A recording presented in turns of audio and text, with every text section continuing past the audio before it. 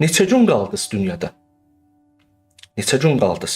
Deyir, onlar deyəcəklər ki, bu dünyada fikirləşə. Ya bir gün, ya bir gün yarım. Özü Allah bunları gətirir. Onsuz da bu haqq hesabların hamısını biz orada eşidəcəyik. Orada çoxlu sözlər olacaq, amma o sözlərdən biri bu idi ki, soruşulacaq, nə qədər qaldın? Deyir, o deyəcək ki, ya bir gün, ya bir gün yarım.